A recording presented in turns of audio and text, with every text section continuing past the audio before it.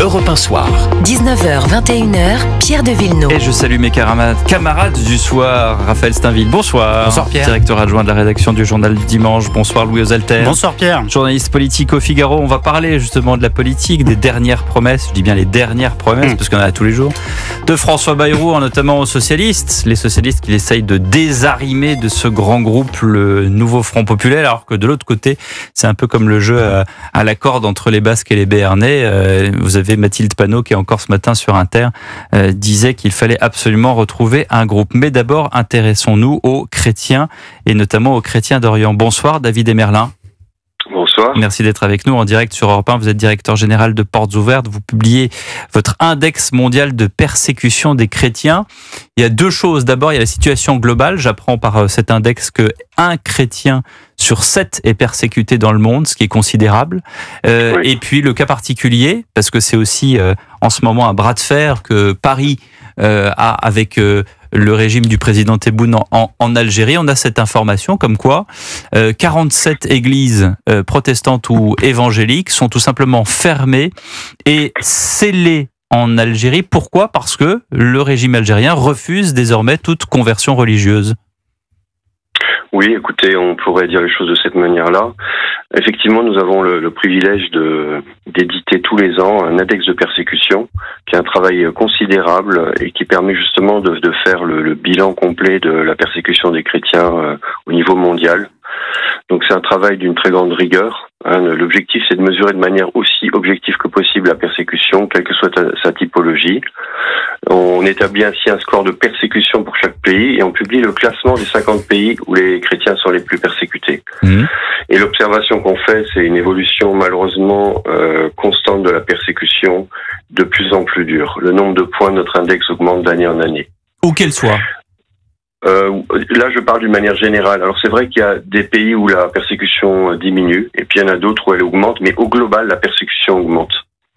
Le classement a été d'abord fait en 1993, c'est-à-dire qu'on a une trentaine d'années de recul. Il s'agissait à l'origine d'un travail à portée interne uniquement. En fait, pour nous comprendre où les chrétiens sont les plus persécutés, nous permet en effet de prioriser l'aide que nous leur apportons en tant qu'ONG. Mais ensuite, on s'est rendu compte de l'intérêt de cet index pour l'ensemble de la communauté mondiale, finalement, et nous le publions depuis 1997. David Emerlin, pour sortir un peu des statistiques, est-ce que le chrétien aujourd'hui dans le monde est vu comme une menace ? Eh bien, écoutez, je pense que le chrétien n'est pas vraiment une menace, mais effectivement, il semblerait que certains gouvernements réagissent comme si le chrétien pouvait être une menace. Après, ce n'est pas la seule forme de persécution, puisqu'il y a également des persécutions qui sont d'ordre social, familial, communautaire. Mais quand j'en vois, et j'en reviens au cas particulier de l'Algérie, puisque c'est le dernier cas en date, quand on refuse que les Algériens se convertissent, j'allais dire, à quoi que ce soit d'autre comme religion que la religion musulmane, il y a bien sûr derrière une décision politique. Écoutez, en fait, c'est pas vraiment notre rôle à Portes Ouvertes d'analyser les sous-jacences politiques. Ce qu'on sait, c'est que le Nord, l'Afrique du Nord était une région qui traditionnellement est relativement fermée aux chrétiens. D'une certaine manière, l'Algérie était une exception. Puisque jusqu'à il y a quelques années, les églises pouvaient fonctionner, je dirais, de manière quasiment publique.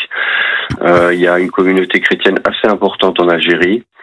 Et malheureusement, quelque part, cette exception est en train de s'arrêter et l'Algérie rejoint un petit peu les autres pays de l'Afrique du Nord dans une intolérance, en fait, à la foi chrétienne. Alors, est-ce que c'est parce que le gouvernement a peur des chrétiens? Est-ce que c'est parce que simplement c'est une décision qui plaît au sein des électeurs de ces gouvernements? Franchement, c'est pas notre rôle d'en décider. J'entends bien. Ce qu'on constate, par contre, c'est que il y a 4 diocèses catholiques en fait en Algérie, qui eux continuent de bénéficier de la liberté de culte. Ils n'ont pas été inquiétés, mais ces églises regroupent à peu près 7000 fidèles, mais qui ont peu de membres d'arrière-plan musulmans. Ce sont essentiellement des expatriés d'Occident ou d'Afrique subsaharienne. Alors que les membres des églises protestantes d'Algérie, donc c'est les 47 églises de l'EPA, sont en très grande majorité des chrétiens convertis d'arrière-plan musulman. Et je pense que c'est ça qui pose problème entre guillemets. Qui déplaît aux autorités du gouvernement Tebboune. Raphaël Steinville a une question pour vous, pour le JDD. J'en ai même plusieurs, mais peut-être pour rebondir sur ce que vous venez de dire, est-ce que cela ne signifie pas que l'Église catholique, pour le coup, a peut-être renoncé à sa mission évangélisatrice et peut-être que justement en comparaison de l'activisme et du zèle des églises protestantes, il y a une sorte de différenciation dans le traitement qui est fait de l'Église catholique et des églises protestantes et évangéliques. Oui, c'est ce qu'on peut comprendre. Effectivement, les églises protestantes ou protestantes évangéliques, puisque les évangéliques en fait sont une branche du protestantisme, ont tendance à être un peu plus prosélytisme aussi, c'est-à-dire qu'ils communiquent leur foi à leurs amis, à leurs voisins, dans la famille. C'est une église qui n'était pas dans une croissance forcenée, mais qui était quand même dans une croissance. Et effectivement, oui, ça modifie la réaction des autorités. Raphaël Steinville et ensuite Louis Alter. Oui, et après peut-être une question d'ordre plus général. Comment vous expliquez que ces persécutions que vous relevez soient si peu relayées médiatiquement et ne provoquent pas de réactions outragées de nos politiques? Écoutez, là encore, c'est une question un peu piège que vous me posez. On pose pas de questions pièges, David Emerlin. Non, excusez-moi. Non, ce que je veux dire, c'est que c'est vrai que nous, en tant que portes ouvertes, nous publions des informations. Nous essayons de faire connaître ce qui se passe dans le monde. À l'occasion de cet index, nous faisons une conférence de presse. Nous souhaitons effectivement qu'il y ait une saisine de ces choses-là au niveau gouvernemental, au niveau des pouvoirs publics, que ce soit en France ou ailleurs, en pays libre, et également au niveau des médias. Nous sommes heureux de ce que vous me permettiez d'exprimer les choses là-dessus. Et effectivement, je pense qu'il y a un gap entre la criticité des informations qu'on a apportées entre ce qui se passe dans ces pays et la communication médiatique qui en est faite. Louis Alter, pour le Figaro. Bonsoir. Il y a eu aussi, avant les chrétiens, des membres de la diaspora juive qui ont dû quitter les pays du Maghreb, dont l'Algérie, en masse face à la montée de l'intolérance. Est-ce que ça veut dire pour vous que dans ces pays, vous constatez qu'on va vers une volonté d'uniformisation religieuse, voire politico-religieuse? Est-ce que c'est ça les sous-jacents de cette volonté, qui est finalement celle de faire fuir des minorités religieuses qui ne se sentiraient plus en sécurité dans ces pays musulmans? Est-ce qu'il y a ça comme sous-jacent, une volonté d'uniformisation?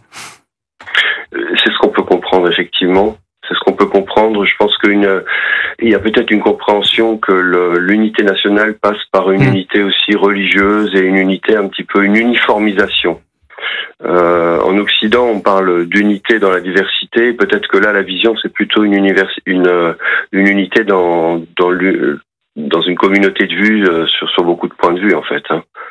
Merci beaucoup, David Emerlin, de nous avoir donné des précisions sur cet index mondial de persécution des chrétiens. Europe 1 Soir. 19h, 21h. Pierre de Villeneuve. Bon, alors évidemment, Raphaël Steinville, David Emerlin n'est pas habilité à commenter des décisions politiques et on peut tout à fait le comprendre. Mais concernant l'Algérie, est-ce que on pourrait se dire que, vu cette volonté de surtout ne pas laisser des églises protestantes attirer les foules, est liée à la situation politique et à la situation avec la France, le bras de fer qui est avec la France, ou est-ce que c'est totalement décorrélé? Je pense pas qu'on puisse absolument à la fois corréler et décorréler les choses. Vous êtes normand, vous? Non, mais comprenez-moi, c'est-à-dire que je pense que tout ce qui est perçu comme étant finalement une importation des valeurs occidentales, à commencer par la catholicité ou en tout cas la chrétienté, est perçu comme une menace ou aujourd'hui une agression par nombre de responsables politiques en Algérie. D'autant que vous l'avez dit, effectivement, contrairement aux églises catholiques où on reste dans sa foi et on n'en fait pas état, les églises, en tout cas particulièrement évangéliques, c'est quelque chose qui est assez propagé. Oui, c'est-à-dire qu'il y a un zèle missionnaire chez les évangélistes qui est perçu chez nombre d'autorités et notamment d'autorités musulmanes comme une menace. Est-ce que c'est un peu comme les évangélistes américains qu'on voit à la télé? Oui, mais c'est ça. Il y a une vraie réalité sur le continent africain. Les évangélistes progressent quand aujourd'hui, je pense, les catholiques souffrent peut-être d'une sorte de timidité à vouloir exprimer leur foi, notamment lorsqu'ils sont en terre musulmane. Et c'est vrai en Afrique, c'est vrai également en Turquie, plus près de nous, sur le même continent que nous, où on voit que ce zèle missionnaire a été pour partie abandonné. Est-ce que ça veut dire, Louis Oselter, qu'on est dans ce combat civilisationnel dont on parle d'ailleurs assez souvent dans le Figaro, par l'intermédiaire de différents spécialistes que l'on interroge, ne serait-ce que Georges Bensoussan, bien sûr, qui a mis ça qui a pointé ça du doigt assez tôt, en fait. Hein. Oui, mais il y a quand même avant tout des sous-jacents politiques à ce genre de décision. Il s'agit de flatter une opinion publique, il s'agit de construire un mythe. On sait que le régime algérien, qui est un système, vit d'une rente, qui est une rente d'abord mémorielle, et c'est la raison des relations plus que tendues avec la France, qui est décrite comme l'ennemi de toujours et qui le sera toujours, qui est l'ancien colonisateur forcément coupable, et qui devra tout à l'Algérie. Colonisateur d'ailleurs, précisons-le encore une fois, d'une terre qui n'était pas totalement délimitée à l'époque. Oui, alors ça c'est le débat sur les frontières de l'Algérie et la construction de l'État algérien par la suite. C'est un débat historique et politique, mais ce qui est certain, c'est que ce régime vit sur une rente et il vit en bâtissant des mythes. L'Algérie, c'est un énorme gâchis parce que ce pays a une économie de rente aussi qui s'appuie essentiellement sur des matières premières qui elles-mêmes ne sont pas très bien exploitées par rapport à leur potentiel, dans lequel quand vous êtes jeune en Algérie, il y a très peu de perspectives et c'est pour ça que beaucoup de jeunes s'en vont. Viennent en France, donc grâce aux accords de 68. Et donc ce régime, parce qu'il n'arrive pas à satisfaire sa population en emploi, en hausse du niveau de vie, en bien-être, bref, à tout ce que la population attend légitimement, trouve des coupables. Dans ces coupables, il y a d'abord la France, et puis là, visiblement, il y a éventuellement des chrétiens qui évangélisent à travers les églises évangéliques, il y aura des minorités encore installées en Algérie tant qu'elles le peuvent. Bref, c'est un régime qui cherche des boucs émissaires, et pour tant que ce régime ne changera pas, il est à craindre que ce soit toujours la même chose. On commente l'actualité avec Louis Oselter et avec Raphaël Steinville. Joe Biden annonce un cessez-le-feu entier et total, cette trêve entre Israël et le Hamas. On en parle bien sûr, et des avancées. Est-ce qu'on peut parler d'avancées politiques autour de François Bayrou?